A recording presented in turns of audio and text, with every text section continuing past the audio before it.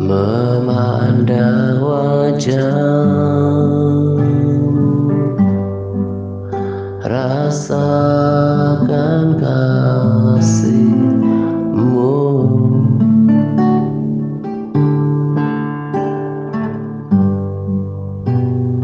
tinggal dekatmu,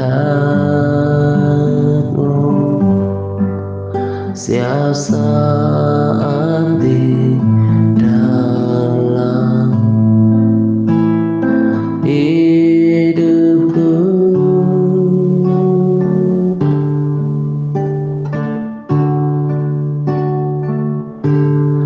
Bapakku yang baik, sangat ku cinta, kasih-Mu padaku semakin dalam ku rasakan.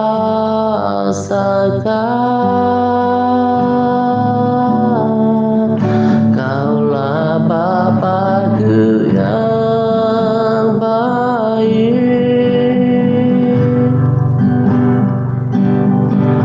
penuh karunia. Ku bersyukur selalu kepadamu,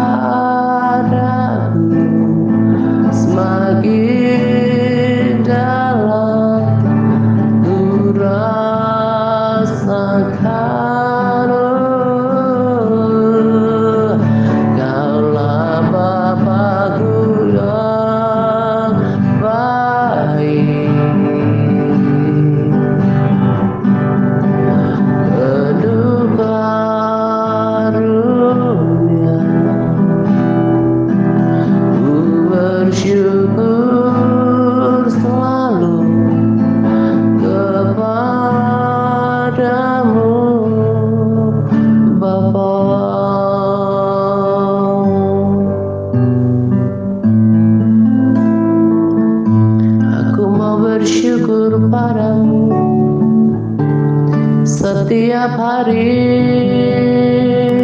setiap waktu, karena Engkau Tuhan yang baik, yang mengasihi hidupku, menerima diriku apa adanya. Engkau pemelihara hidupku, penjaga hidupku.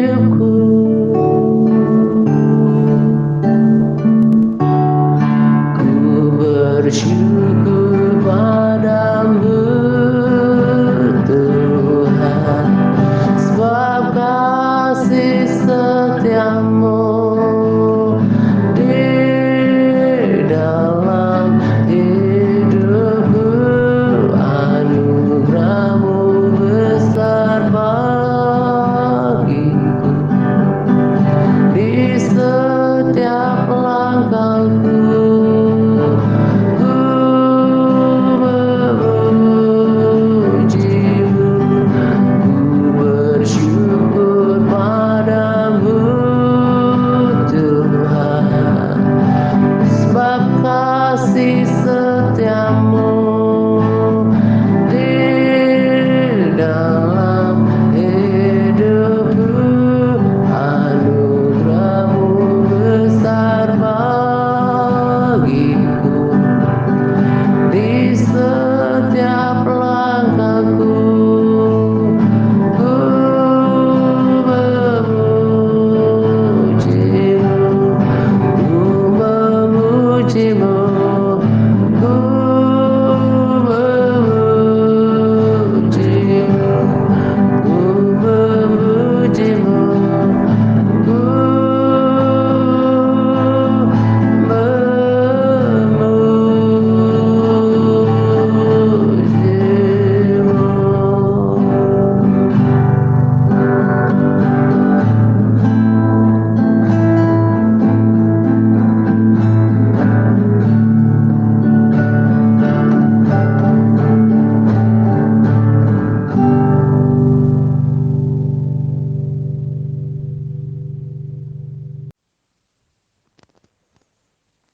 Shalom semuanya. Salam damai sejahtera untuk kita sekalian. Pada kesempatan ini saya akan berbagi sharing dari firman Tuhan yang saya renungkan. Juga nanti saya akan bagikan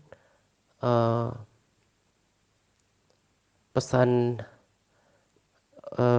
khotbah yang saya dengarkan beberapa hari yang lalu gitu. Nah, jadi saya masuk dulu pada pesan khotbah yang disampaikan oleh salah seorang hamba Tuhan yang ternama, yang besar namanya dan pelayanannya di negeri ini gitu ya, yang juga merupakan gembala senior dari salah satu gereja yang belakangan ini saya bagikan videonya sebagai rekomendasi video gitu ya. Nah, nanti saya akan sertakan juga videonya, tapi bukan sebagai rekomendasi video gitu ya. Jadi karena pesannya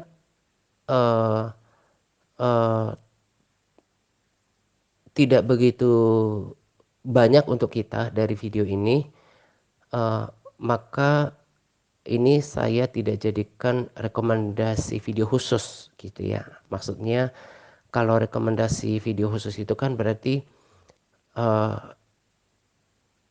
video yang menurut saya ada banyak hal penting yang kita perlu dengarkan, atau ketika dibuatkan catatannya oleh tim admin perlu dibaca gitu ya. Nah, tapi kalau, dan itu saya bagikan khusus dalam satu hari untuk didengarkan khusus gitu ya. Tapi kalau ini kan gak begitu banyak pesannya. terkait dengan sharing saya. Jadi cukup saya eh, sampaikan saja di dalam rekaman kita. Tapi saya sertakan dengan tujuan bila ada di antara para sahabat dan juga saudara yang ingin mendengarkan videonya, ingin mendengarkan langsung, eh, bisa gitu ya. Jadi makanya saya sertakan videonya gitu ya. Dan berharap sih eh, kita semuanya semakin hari semakin haus dan lapar akan firman Tuhan gitu. Eh, saya sendiri belakangan ini selain melakukan seperti biasanya pada subuh, pada pagi-pagi benar gitu ya, jam 2 pagi, lalu siang hari dan malam hari, saya membangun manusia roh saya juga dengan berbagai berdoa dalam bahasa roh gitu ya. Tetapi saya juga tambahkan tiap-tiap hari ibadah. Jadi saya beribadah setiap hari di samping part tadi, yaitu dengan cara mengikuti satu video penuh, bahkan selain video penuh seperti worship night kan. Kalau worship night dari video yang saya rekomendasikan kan ada firman Tuhannya juga. Lalu ada juga video tentang kesaksian gitu ya, termasuk sharingnya Pak Sadu gitu ya. Jadi saya isi hidup saya dengan perkara-perkara rohani karena itulah yang utama, itulah yang kekal. Apalagi saya kan seorang yang mengabdikan diri untuk melayani Tuhan. Jadi porsinya harus harus besar gitu ya. Porsi makanan rohaninya itu harus besar. Terus mau diperlengkapi, terus mau di di upgrade. Tetapi terlebih supaya saya selalu merasakan hadirat Tuhan gitu. Seperti belakangan ini selain worship night atau video ibadah umum gitu ya, saya baru ikutin kemarin satu videonya tentang konser doa gitu ya. Saya akan bagikan itu nanti di dalam komunitas kita karena sangat membangun gitu ya. Saya bukan cuma menonton video-video tersebut, tapi mengikuti kalau mereka menyembah, saya ikuti juga ketika mereka berbahasa roh gitu. Dan saya melihat hal-hal yang baru, yang yang uh, yang luar biasa terjadi dalam kehidupan saya, seperti damai sejahteranya, ketenangan batin, hati yang semakin penuh untuk mengerjakan kekekalan, merasakan kedekatan dengan Tuhan, semakin menambah pengetahuan tentang Tuhan, juga pengenalan tentang Tuhan. Dan itu membuat hidup saya tidak mengenal namanya kebosanan, kejenuhan, selalu bersemangat dalam menyelesaikan pertandingan iman, menyelesaikan hari demi hari masa hidup yang Tuhan berikan untuk dijalani seturut dengan kehendak-Nya gitu. Dan itu yang merupakan harapan saya kepada setiap orang yang saya layani.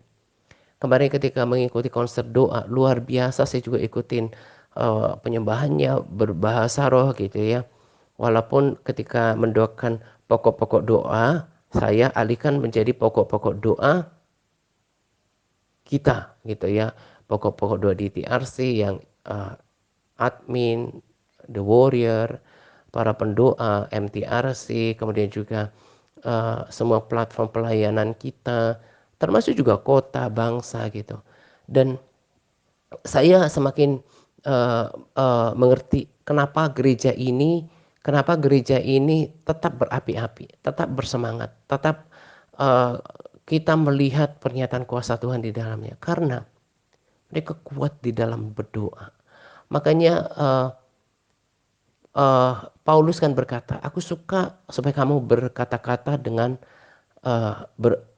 berkata-kata dengan bahasa roh. Karena seperti yang saya katakan tempo hari, bahwa kalau kita berbahasa roh, itu akan memperbesar kapasitas kita dalam berdoa. Ketika kita menyembah dalam bahasa roh juga, itu kita menyembah, memperbesar kapasitas kita dalam menyembah, dan kita bisa mengkomunikasikan hal-hal yang rahasia yang kita tidak bisa komunikasikan lewat doa dengan akal budi, gitu. Jadi itu juga harapan saya kepada semua all MTRC mengalami kepenuhan Roh Kudus, bisa berdoa dengan bahasa roh. Karena seperti beliau ini juga dulu tidak gampang untuk mengalami kepenuhan Roh Kudus, tapi dia sungguh-sungguh meminta. Akhirnya di dalam sebuah kesaksian beliau berkata bahwa bahkan ketika di kamar mandi dia mengalami kepenuhan Roh Kudus, gitu. Jadi rindukan itu, karena Tuhan pastinya memberikan segala sesuatu yang bukan cuma baik, tapi yang berguna, yang bermanfaat untuk memperlengkapi kita, gitu ya. Saya sendiri merasakan, saya nggak bisa bayangkan kalau saya tidak mengalami kepenuhan Roh Kudus. Akan menjadi sangat berat bagi saya untuk mempertahankan kapasitas rohani, atmosfer rohani yang saya nikmati tiap-tiap hari, gitu. Jadi banyak berdoa, dan untuk bisa memperbesar kapasitas doanya itu harus merindukan kepenuhan Roh Kudus, gitu ya. Nanti juga kita akan menikmati pengajaran tentang berbahasa roh. Nah, di sini juga saya tegaskan kembali apa yang saya katakan dulu, bahwa zaman di perjanji di bukan zaman perjanjian lama, tapi zaman para rasul, uh, tidak pun sudah dijelaskan bahwa kepenuhan Roh Kudus itu tidak selalu melulu dengan penumpangan tangan. Sama seperti kesaksian beliau. Beliau bahkan dipenuhi Roh Kudus ketika sendiri di kamar mandi. Para sahabat di sini juga mengalami kepenuhan Roh Kudus ketika mengikuti penyembahan. Lalu nanti pada rekomendasi video juga didoakan untuk mengalami kepenuhan Roh Kudus. Nanti pada rekomendasi video yang lain juga hamba Tuhan mendoakan mengalami kepenuhan Roh Kudus. Jadi tergantung kerinduan dan iman kita. Apalagi sekarang dengan zaman sosial media, itu tidak dibatasi oleh cara apapun. Karena kuasa Allah itu tidak bisa dibatasi oleh ruang dan waktu, oleh sarana. Karena dia luar biasa memenuhi seluruh bumi, gitu kan. Jadi rindukan itu. Nah, uh, itu pengantar aja ya dari sharing ini. Kiranya bisa diambil nilai-nilai, gitu ya. Bagaimana praktek hidup saya, gitu, dalam mengikut Tuhan, dan hasilnya adalah seperti sekarang. Jangan terus biasa-biasa, tapi jadilah orang yang semakin luar biasa dari hari ke hari. Nah, yang saya mau sampaikan yang kedua adalah ketika saya mendengarkan khotbah dari beliau ini, tanpa bermaksud untuk menganggap biasa, gitu ya, apa yang disampaikan. Tetapi saya hanya mau katakan bahwa apa yang disampaikan beliau sebetulnya bukan hal baru bagi kita. Apalagi kita membaca firman Tuhan. Salah satu pesan daripada yang disampaikan pada khotbah beliau adalah, selain pengajaran tentang ini ya, disinggung di sana tentang uh, Ibrani 12 ayat 1, lalu kemudian ayat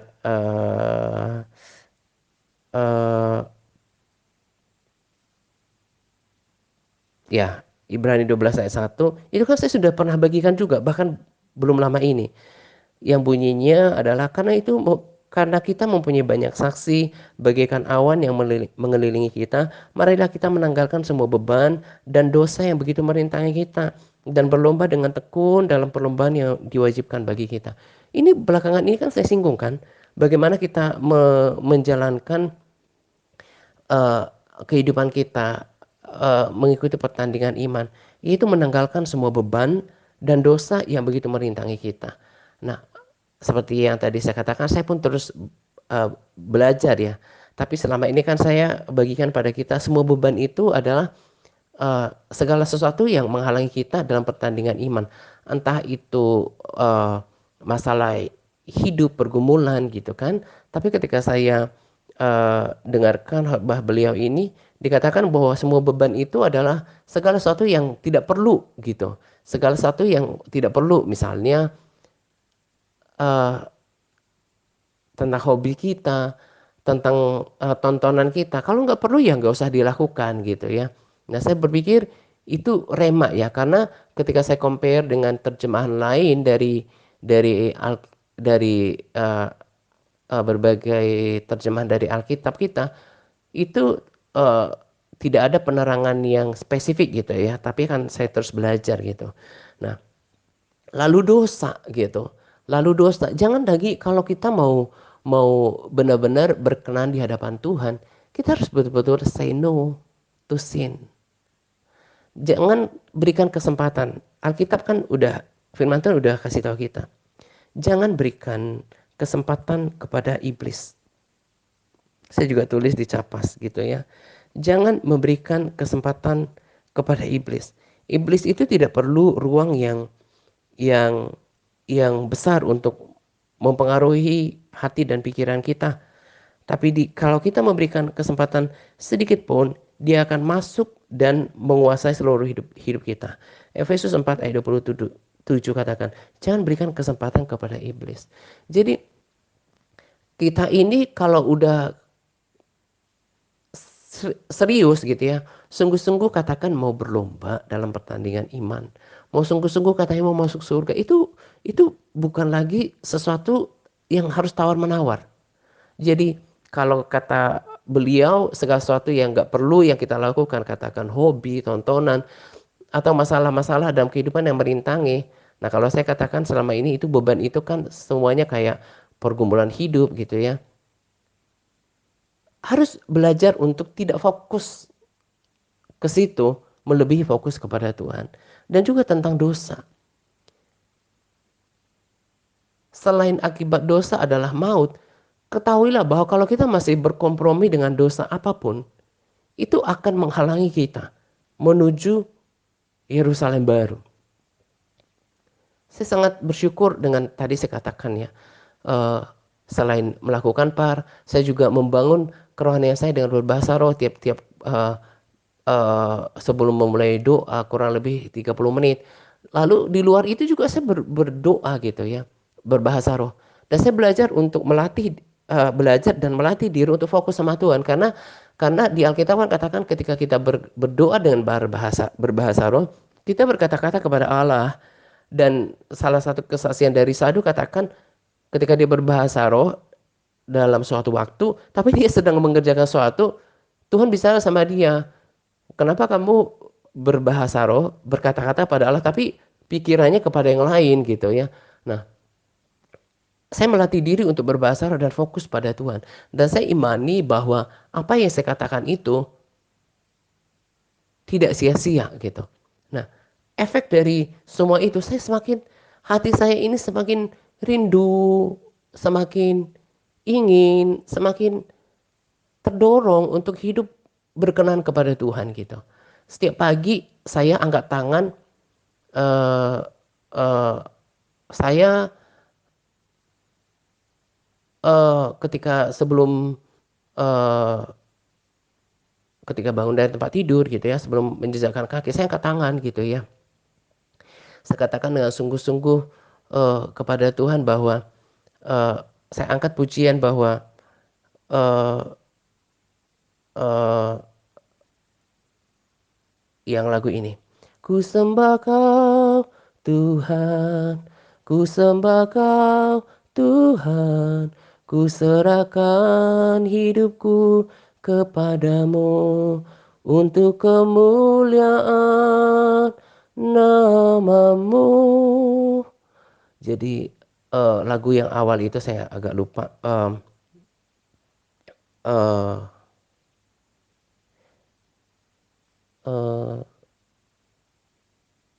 na na na sebagai persembahan yang hidup na na na na na na na na na na, kudus dan yang berkenan padamu sebagai ibadah yang sejati.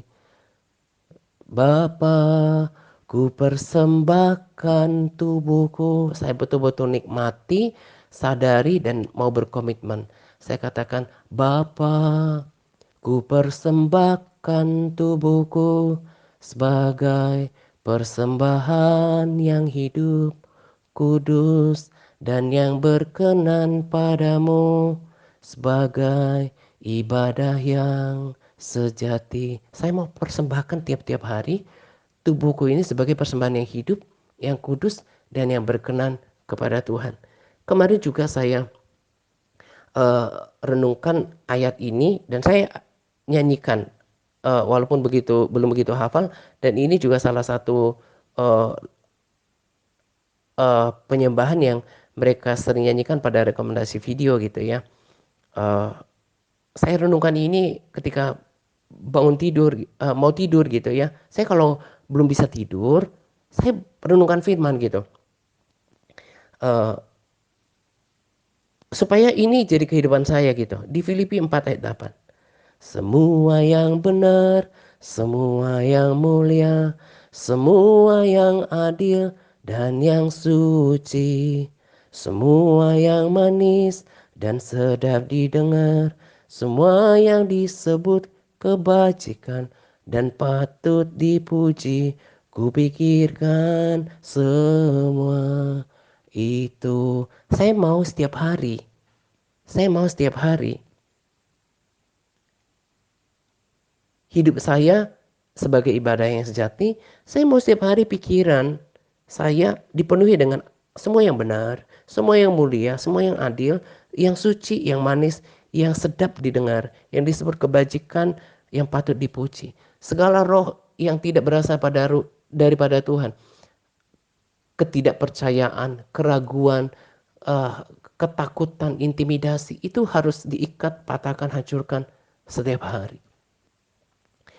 Dan kalau saya beribadah dengan intensifnya seperti itu, maka ini yang saya lalui setiap hari. Semua yang benar, semua yang mulia, semua yang adil, itu yang selalu ada dalam pikiran, perkataan, dan tindakan saya. Dan saya dapat uh, keyakinan bahwa orang kalau mau menuju Yerusalem baru yang di dalamnya tidak ada yang najis, harus menjalankan seluruh hidupnya seperti ini. Selain bersemangat, selain berapi-api, selain setia dan konsisten, dia harus semuanya inilah yang harus mengisi pikiran, perkataan, dan tindakannya. Nah, ini hasil daripada uh, persekutuan saya kepada Tuhan. Nah, apa yang dikatakan lagi oleh beliau dalam khotbah itu, selain menyinggung tentang apa yang juga sudah saya biasa singgung ya, yang tadi saya katakan bukan suatu hal yang baru buat kita, apalagi kita membaca firman gitu ya, selain berbicara tentang tadi di Filipi 4 ayat 8, untuk kita betul-betul fokus sama Tuhan dan tidak lagi kompromi sama dosa gitu ya. Nah, yang dikatakan adalah untuk sekelas beliau, cuman hal yang sederhana yang dikatakan kepada jemaatnya. Saya tertarik dengan apa yang dikatakan, dan memang itulah yang juga dalam pikiran saya dari dulu. Tujuan saya melayani adalah menuntun, mengarahkan, untuk mempersuasi supaya setiap orang yang saya layani itu memiliki kerendahan hati untuk akhirnya mau baca firman. Itu yang dikatakan pada pesan beliau. Tujuan kami pengkhotbah ini katanya supaya menuntun saudara mau baca firman. Ada satu pernyataan yang luar biasa juga, mungkin kata-katanya nggak persis sama ya. Dikatakan di dalam video itu bahwa kalau orang cuman dengarkan khotbah, khotbah, khotbah, khotbah terus kaya akan khotbah, tapi tidak memiliki pembacaan firman yang tekun, nggak baca firman, itu nanti tidak akan maksimal gitu ya. tidak akan maksimal. Jadi mendengarkan banyak khotbah tanpa pembacaan firman Tuhan secara mandiri, itu membuat firman Tuhan itu nggak tertanam dengan baik, nggak nyangkut di hati seseorang. Makanya sampai Paulus pun, sekelas Paulus, rasul yang luar biasa, dan untuk sekelas Timotius, murid yang yang top gitu ya. Tetap Paulus katakan di 1 Timotius 4 ayat 13, sementara itu sampai aku datang, bertekunlah dalam membaca kitab-kitab suci, dalam membangun, dalam mengajar. Harus kembali kepada firman. Harus kembali kepada firman Tuhan. Jadi yang saya katakan gini, kita ini, kemarin kan saya katakan gini, saya tidak sedang uh, isunya tidak sedang memperbincangkan sebuah pelayanan, karena Tuhan pakai orang-orang luar biasa dan segala pelayanannya untuk kemuliaannya Dia. Tetapi kan beberapa hari yang lalu kan saya pernah sorot gitu ya. Dan saya akan ulangi. Kenapa kemudian? Nah, sekarang dalam pikiran saya kan gereja ini sekarang yang paling top gitu ya bagi saya, dan saya ikuti baik konser doa mereka, pujian penyembahan mereka. Saya belajar dari hamba Tuhan, para pastor di sana gitu ya. Eh, Kenapa mereka lakukan itu? Karena mereka hidup dalam doa seperti yang saya katakan tadi. Nah, untuk jemaat seperti ini sekarang kan lagi booming.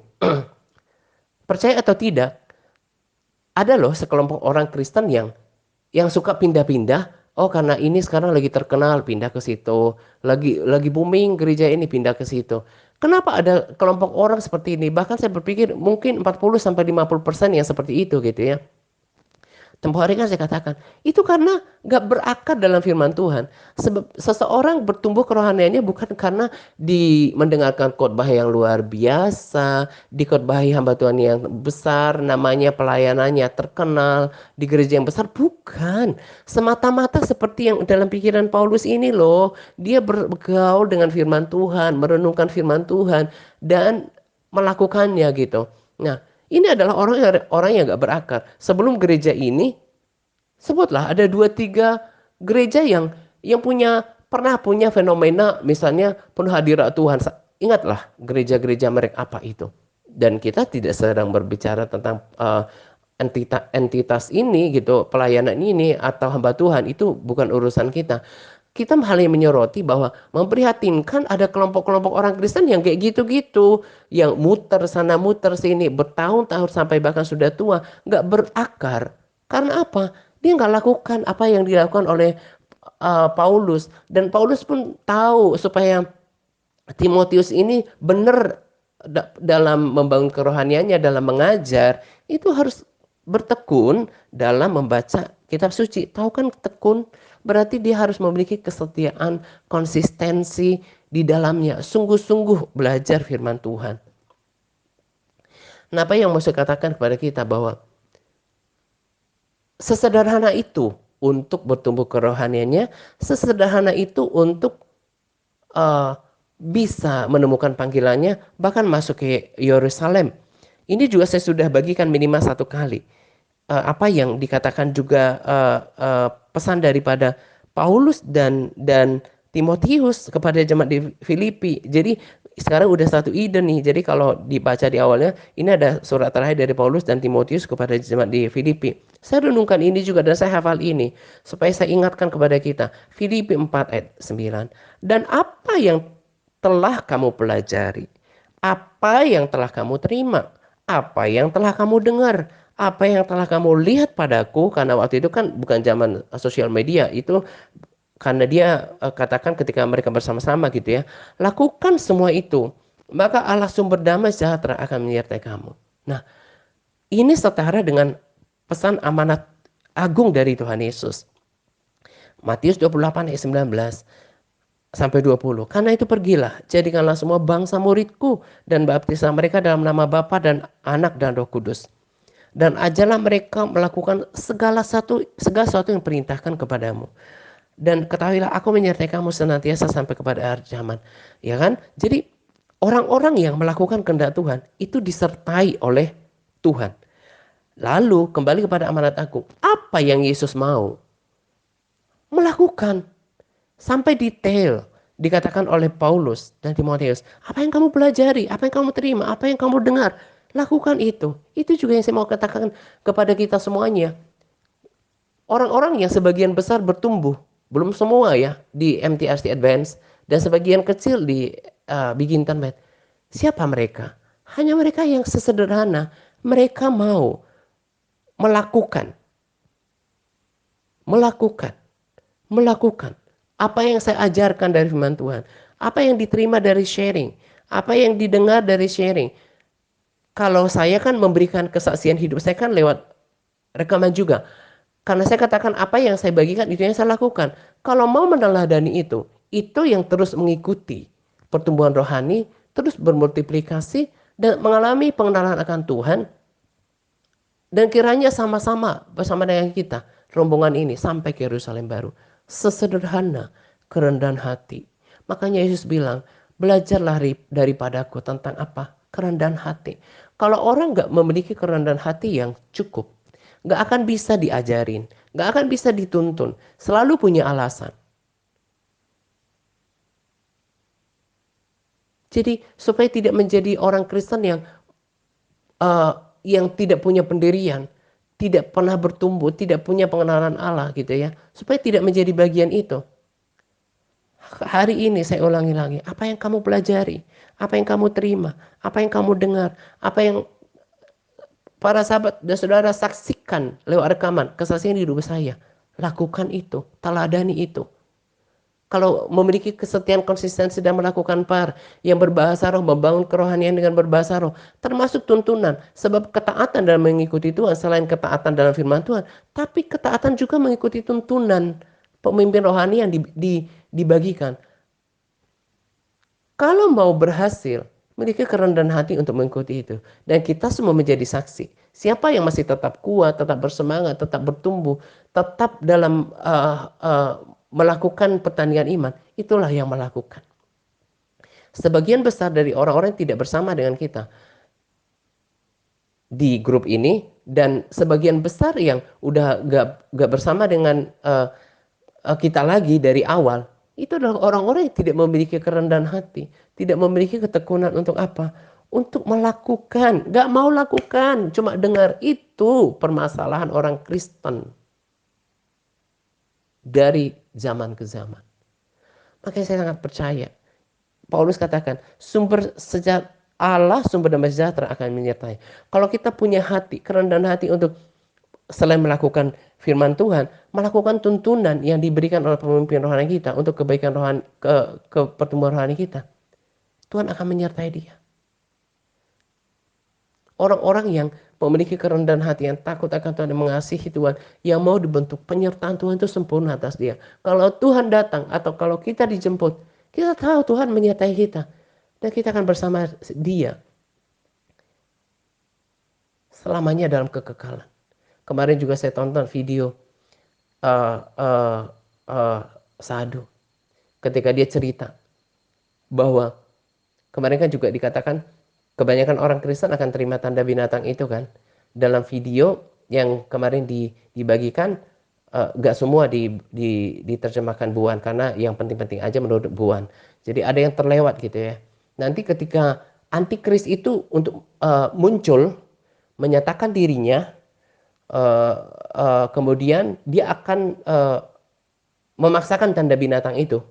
Nah, itu tanda binatang itu diimplementasikan itu ketika antikris itu menyatakan diri.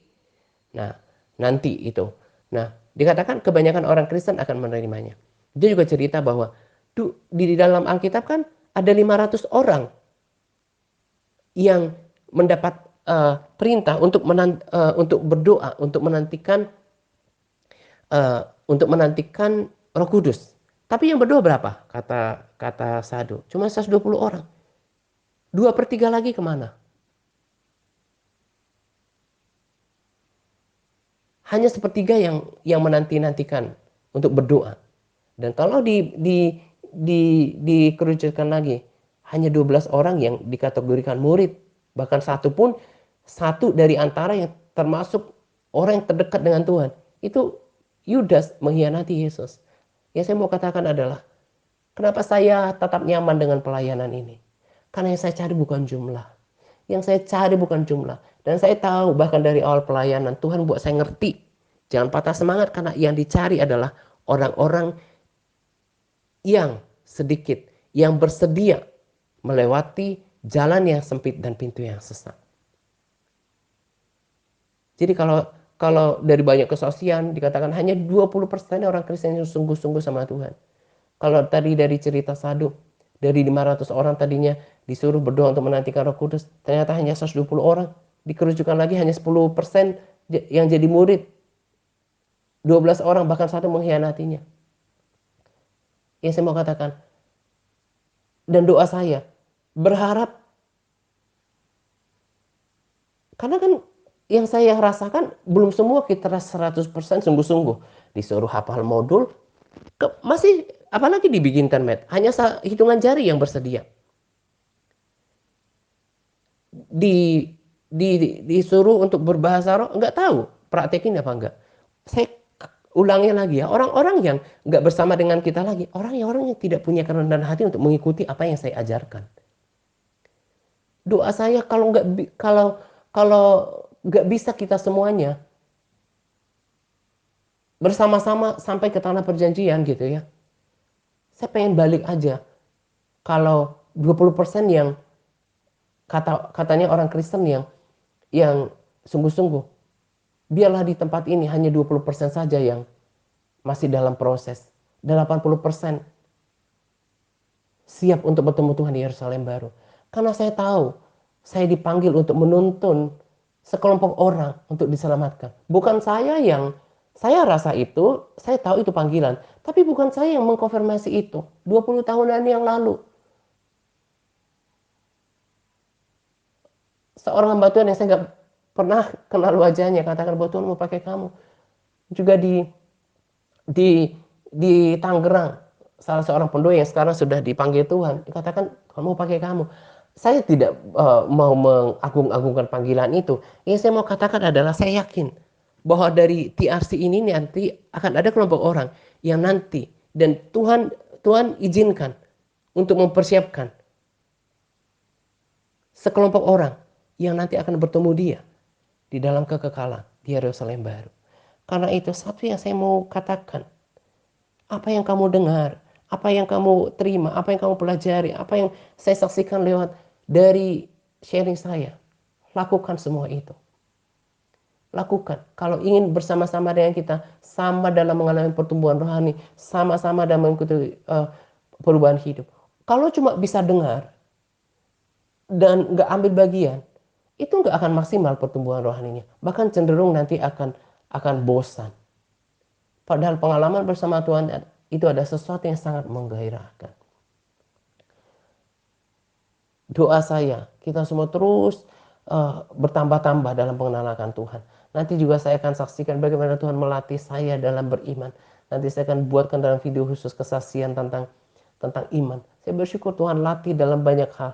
Ketika kita menyediakan diri untuk Tuhan, untuk mau dibentuk, Tuhan yang akan bersedia untuk membawa kita naik level kerohanian, naik dalam pengenalan akan Tuhan, pengalaman dan kesaksian bersama dengan Tuhan. Itu yang terpenting, itu yang terutama. Jangan seperti kebanyakan orang yang hanya ikut-ikutan, gereja ini sedang booming, hamba Tuhan ini sedang terkenal. Hamba Tuhan itu pun tegaskan, kalau nggak baca firman juga akan bertumbuh. Nanti kelompok orang Kristen yang tidak mau lakukan ini nih, disuruh baca Alkitab gitu ya, ini juga hanya tinggal proses waktu. Nanti juga dia akan melemah sebab tidak ada kekuatannya. Gak bangun kerohaniannya, nanti pindah lagi.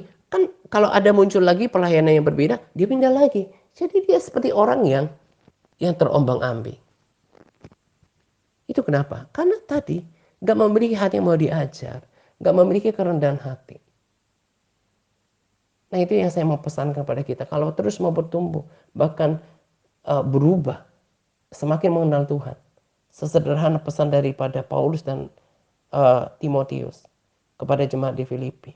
Apa yang kamu pelajari, apa yang kamu terima, yang dengar, lakukan itu.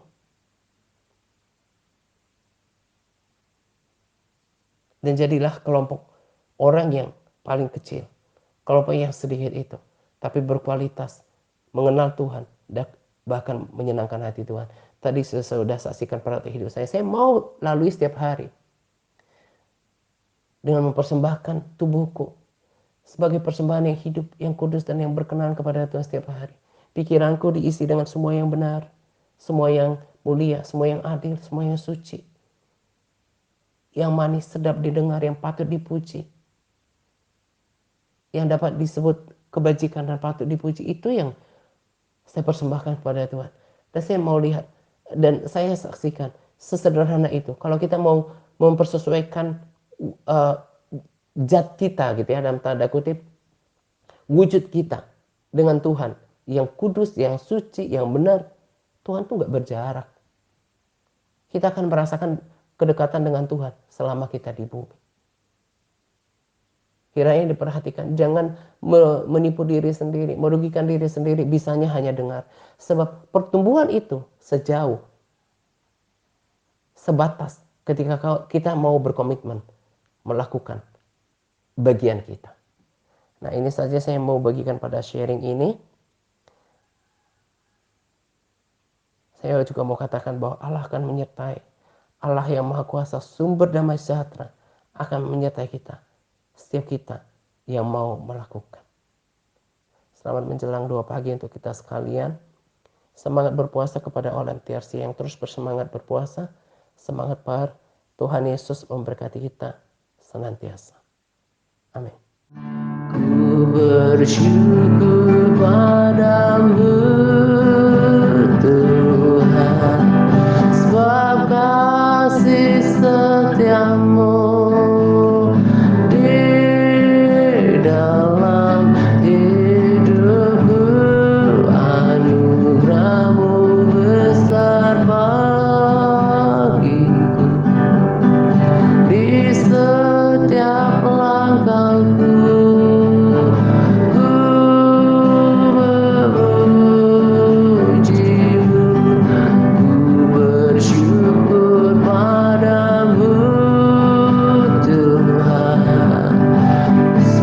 Kasih setiamu di dalam hidupku, anugerahmu besar bagiku di setiap langkahku. Ku memujimu, ku memujimu.